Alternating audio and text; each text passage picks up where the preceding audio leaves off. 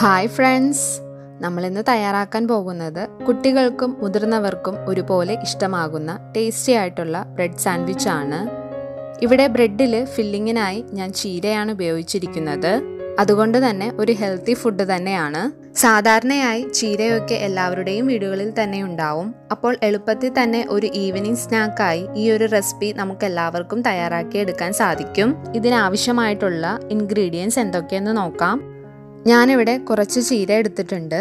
അത് വളരെ നേർത്ത രീതിയിൽ അരിഞ്ഞെടുക്കുന്നുണ്ട്. ഇതൊരു 2 കപ്പോളം ഉണ്ടാവും. പിന്നെ 3 പച്ചമുളക് ചെറുതായി അരിഞ്ഞു വെച്ചിട്ടുണ്ട്. ഈ പച്ചമുളകിന്റെ അരികളൊക്കെ ഞാൻ എടുത്ത് മാറ്റിയിട്ടുണ്ട്. എരിവ് കൂടുതലാവാതിരിക്കാൻ വേണ്ടിയാണ്. ഒരു മീഡിയം സൈസിലുള്ള സവോള ചെറിയ കഷ്ണങ്ങളായി അരിഞ്ഞെടുത്തത്. പിന്നെ നമുക്ക് വേണ്ടത് ബ്രെഡാണ്. ഇത് നേരിയ രീതിയിൽ നമുക്കൊന്ന് മുരിയിച്ചെടുക്കേണ്ടതാണ്. ഇത്രയുമാണ് നമുക്ക് ആവശ്യമായിട്ടുള്ള ഇൻഗ്രീഡിയൻസ്. ആദ്യം തന്നെ ബ്രെഡിലേക്ക് ഫില്ലിങ്ങിന് ആവശ്യമായിട്ടുള്ള ചീര തയ്യാറാക്കി എടുക്കാം. അതിനായി ചീനച്ചട്ടിയിലേക്ക് 2 ടേബിൾ സ്പൂൺ എണ്ണ ഒഴിച്ചു കൊടുക്കാം. എണ്ണ ചൂടായി വരുമ്പോൾ സവോള ഇട്ട് കൊടുക്കുന്നുണ്ട്.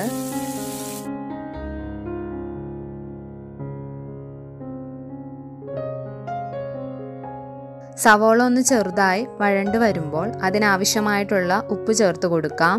ഇവിടെ ചീരയ്ക്കും കൂടി ആവശ്യമായിട്ടുള്ള ഉപ്പാണ് ചേർത്ത് കൊടുക്കുന്നത്. അത് കഴിഞ്ഞ് പച്ചമുളക് ഇട്ട് കൊടുക്കാം. ഇതൊന്ന് ചെറുതായി വഴറ്റിയെടുക്കണം.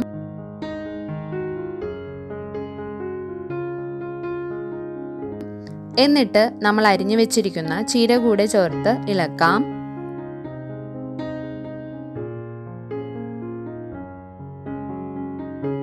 പിന്നെ എരിവിനായിട്ട് 1/2 ടീസ്പൂൺ കുരുമുളക് പൊടി ചേർത്ത് മൂടി വെച്ച് വേവിച്ചെടുക്കാം. ഒരു 5 മിനിറ്റ് മാത്രമേ ചീര വേവിച്ചെടുക്കേണ്ടതുള്ളൂ.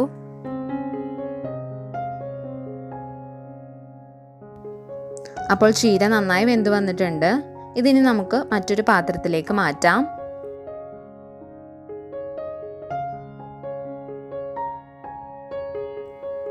കണ്ടോ, ഇതിലുള്ള സവോള പകുതി വേവ് മാത്രമേ ആയിട്ടുള്ളൂ. ഇങ്ങനെയാണ് നമുക്ക് വേണ്ടത്. ഇനി ബ്രെഡ് മൊരിയിച്ചെടുക്കാനായി ദോശക്കല്ല് ചൂടാക്കാൻ വെച്ചിട്ടുണ്ട്. ലോ ഫ്ലെയിമിലിട്ട് മൊരിയിച്ചെടുക്കാൻ ശ്രദ്ധിക്കണം. ഇതിലേക്ക് ബ്രെഡ് വെച്ച് കൊടുക്കാം. എന്നിട്ട് 2ലും നെയ്യ് കുറച്ച് മാത്രം തേച്ച് കൊടുക്കാം. നെയ്യില്ലെങ്കിൽ ബട്ടർ യൂസ് ചെയ്താലും മതിയാവും. ഇത് കഴിഞ്ഞ് മറിച്ചിട്ട ശേഷം വീണ്ടും നെയ്യ് തേച്ച് കൊടുത്തൊന്ന് മൊരിയിച്ചെടുക്കാം. അങ്ങനെ എല്ലാ ബ്രെഡും ചെയ്തെടുക്കണം.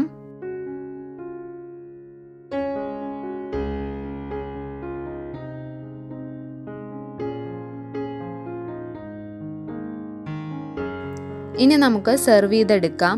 ആദ്യം ബ്രെഡിലേക്ക് ടൊമാറ്റോ സോസ് തേച്ച് കൊടുക്കാം.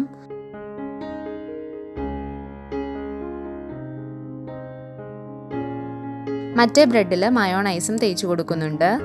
ഈ മയോണൈസ് വീട്ടിൽ തന്നെ തയ്യാറാക്കിയെടുത്തതാണ്. വളരെ പെട്ടെന്ന് തന്നെ നമുക്ക് മയോണൈസ് തയ്യാറാക്കിയെടുക്കാൻ സാധിക്കും.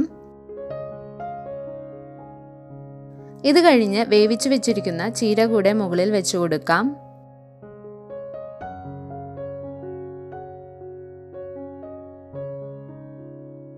പിന്നെ ഞാനൊരു സവോള റൗണ്ടിൽ അരിഞ്ഞു വെച്ച് കൊടുക്കുന്നുണ്ട്.